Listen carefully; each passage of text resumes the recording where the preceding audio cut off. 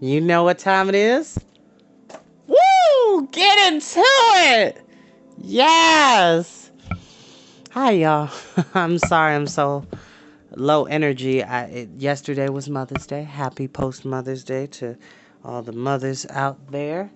I don't have my headset, but that's totally fine. I hope everybody's having a great day. Actually, because I'm paranoid, I'm gonna go get my headset. Hold on.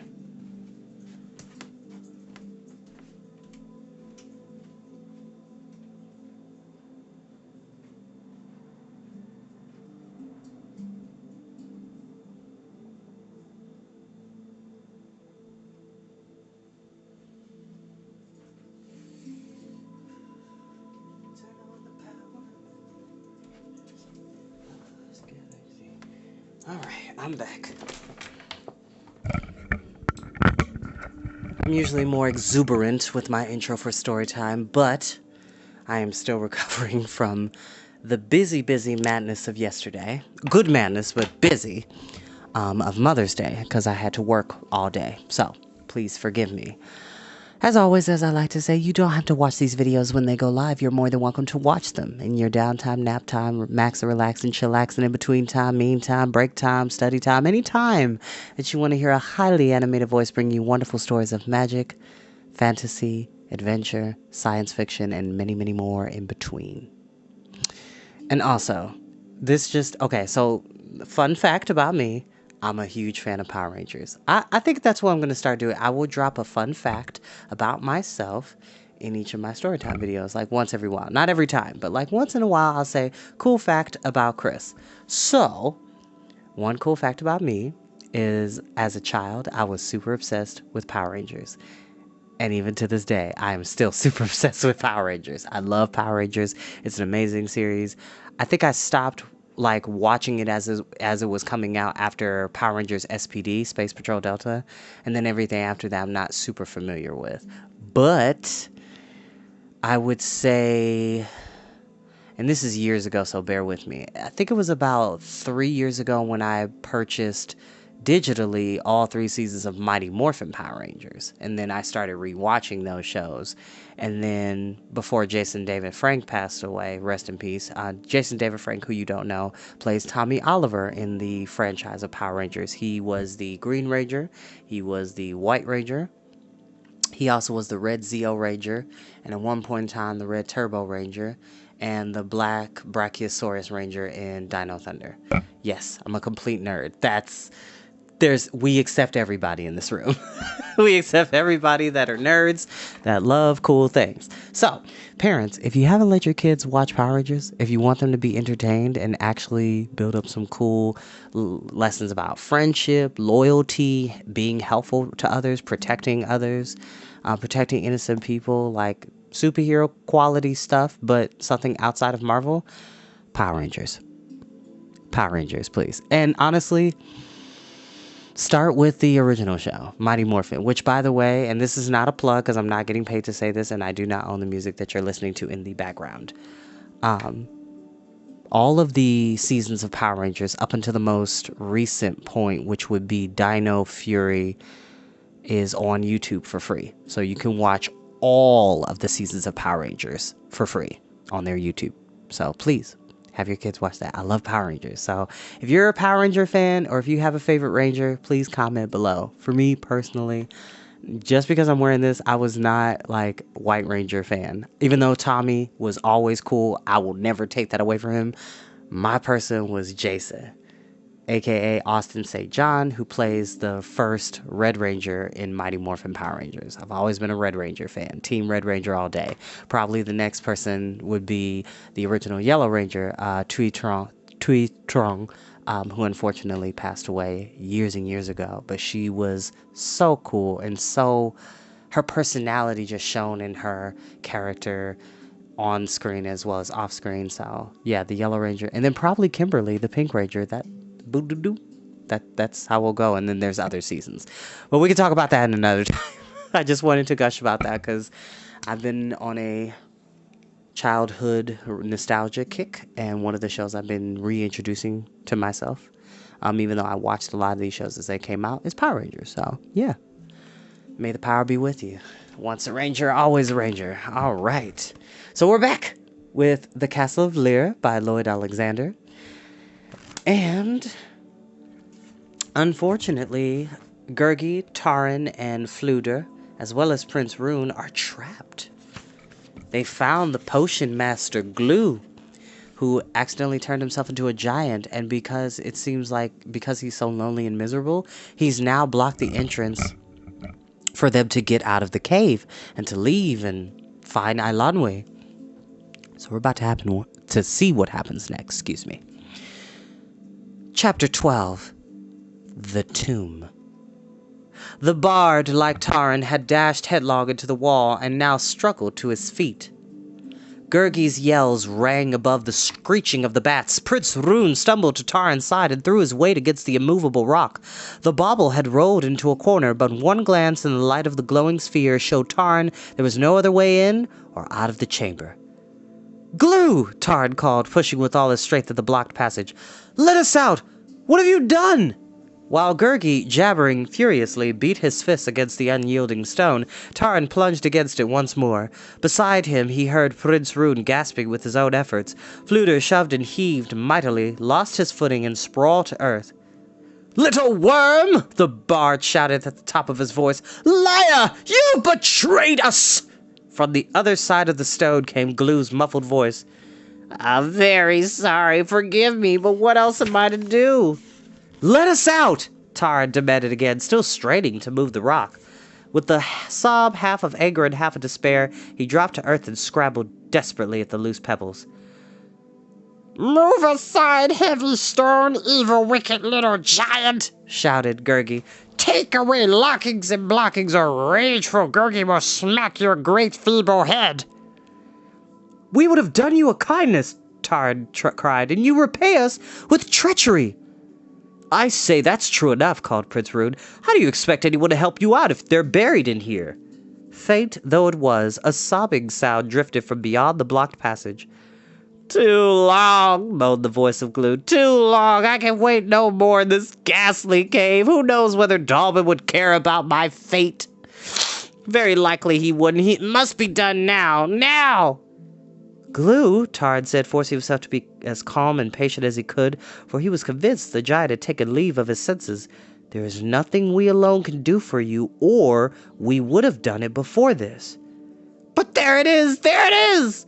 cried Glue. "You shall help with my potions. I'm sure I can brew another to bring me back to size. That's all I ask. Is that too much?" "If you want us to help you cook up more of those dreadful messes you fed Lion," called Fflewddur, "you're taking a curious way to win our friendship." The bard hesitated and his eyes widened in sudden dismay. "Great Balin," he murmured, "as he did with Lion." Even as the bard spoke, Taran's legs began to quake, for the same thought had occurred to him. "Fflewddur," he whispered, he is indeed out of his wits. This cavern has driven him mad." "Not a bit of it," replied the bard. "It makes excellent sense in a nasty, horrible fashion. He has no one else to try his concoctions on." He pressed to the stone and cupped his hands around his mouth. "You shan't do that, you wretched, sniveling worm!" he shouted. "We won't allow your evil stews. Even if you starve us, and if you try to cram that down our throats, you'll learn that a flam can bite. Ow!" It was a big of a bite. Ow. "I promise," pleaded Glue. "You won't have to swallow a thing. I'll take all the risks myself. Terrible risks they are, too. Suppose I should turn into a puff of smoke and blow away. You never know when you're dealing with such recipes. It could happen." "I wish it would," murmured Fflewddur. No, Glue went on. "This won't hurt you a bit. You can be sure it won't take more than a moment of your time. Half a moment. And I shall only need one of you. Only one. You can't say that's asking too much. You can't be so selfish." Glue's voice had risen to a frenzy, and he had begun shouting and wailing so loudly and rapidly Taran could barely make out the words. But as he listened, Taran felt the blood drain from his heart. A chill held and shook him as Glue babbled on. "Glue," he cried, despair welling up in him. "What do you mean to do with us?" Please, please, try to understand, returned Glue's voice. It's my only chance. I'm sure it will work. I've thought it over carefully ever since I've been in this awful hole. I know I can brew the right potion. I have all I need. Except one thing, one little ingredient. It won't hurt you a bit. You won't feel a thing, I swear to you. Tard gasped in horror. You mean to kill us? To kill one of us? There was a long silence. Finally, Glue's voice reached the companions again. It sounded as though Glue's feelings had been hurt. You make it sound so raw. Great Beelan! Shouted Fluter. Let me get my hands on your scrawny neck and I'll make you sound raw. There was another silence. Please, said Glue faintly, try to look at it from my side. Gladly, said Fluter, just push away that rock. Don't think it's easy for me, Glue went on. I'm fond of all of you, especially the little fuzzy one. And I feel dreadful about the whole thing, but there's no chance anyone else will stop down here. You do understand, don't you? You aren't angry. I'd never forgive myself if you were. Even now, he added plaintively, I don't know how I'll ever bring myself to pick out one of you. No, I can't. I haven't the heart. Don't ask me to put myself through that torment. No, you shall decide among you. That will be best all around. Believe me, Glue continued, it'll be worse for me than for you, but I'll shut my eyes so I won't see which one of you it is. Then after it's over, we'll try to forget about it. We'll be the best of good friends. Those of you remaining, that is. I'll lead you out of here, I promise. We'll find Lion. Oh, it'll be good to see her again, and all will be well. Don't go away, said Glue. I'll get a few things ready. I won't keep you waiting. Glue, listen to me, called Tard. This is an evil deed you planned. Set us free. No answer came. The rock did not move. Dig, friends, called Fluter, drawing his sword. Dig for your lives. Tard and Gurgi unsheathed their blades and side by side attacked the ground beneath the ponderous stone. With all their strength they thrust into the rock, unyielding earth. Their sword points rang on the pebbles, but try as they would, they could barely scrape away more than a shallow hole. Prince Rune sought to force his sword under the rock, but succeeded only in snapping the point off the blade. Tard picked up the bauble. Bending to hands and knees, he scanned every portion of this prison, hoping to find some crack or tiny opening the companions could enlarge. The walls rose sheer and unbroken.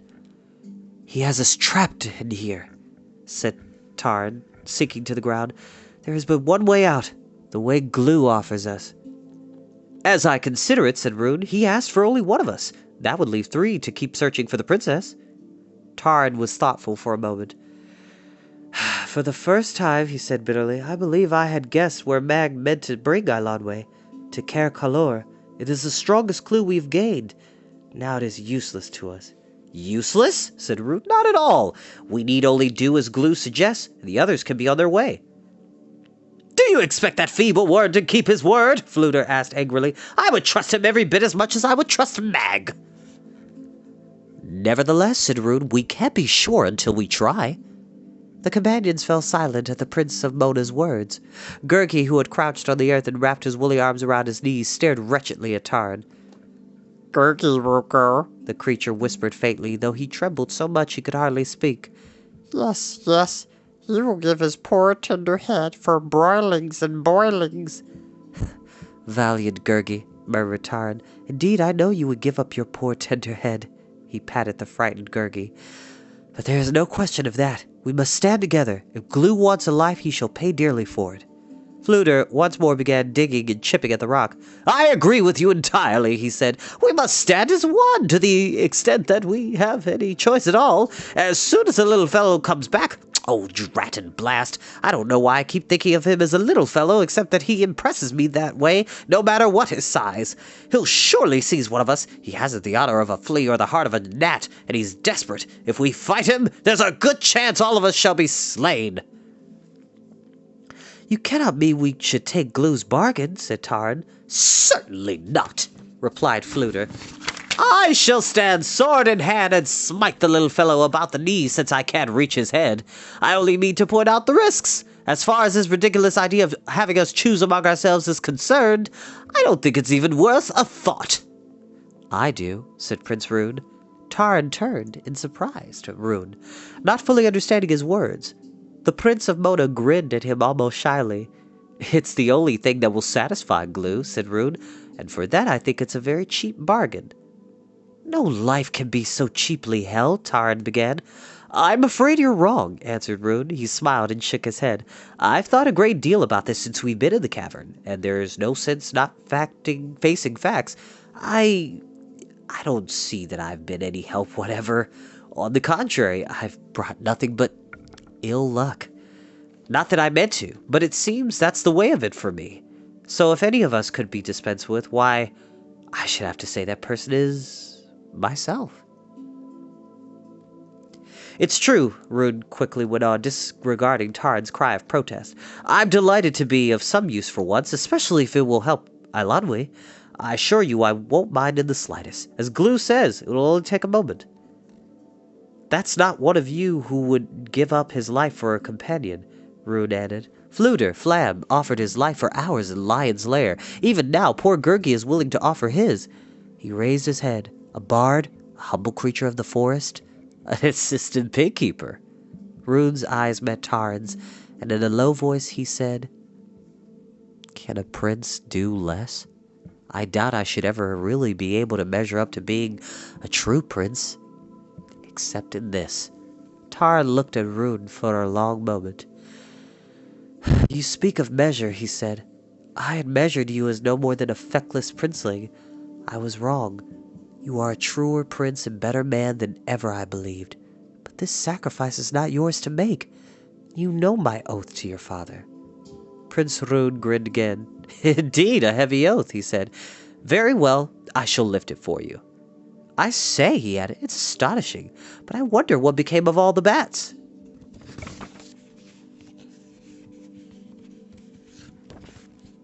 And that is where we will end for today.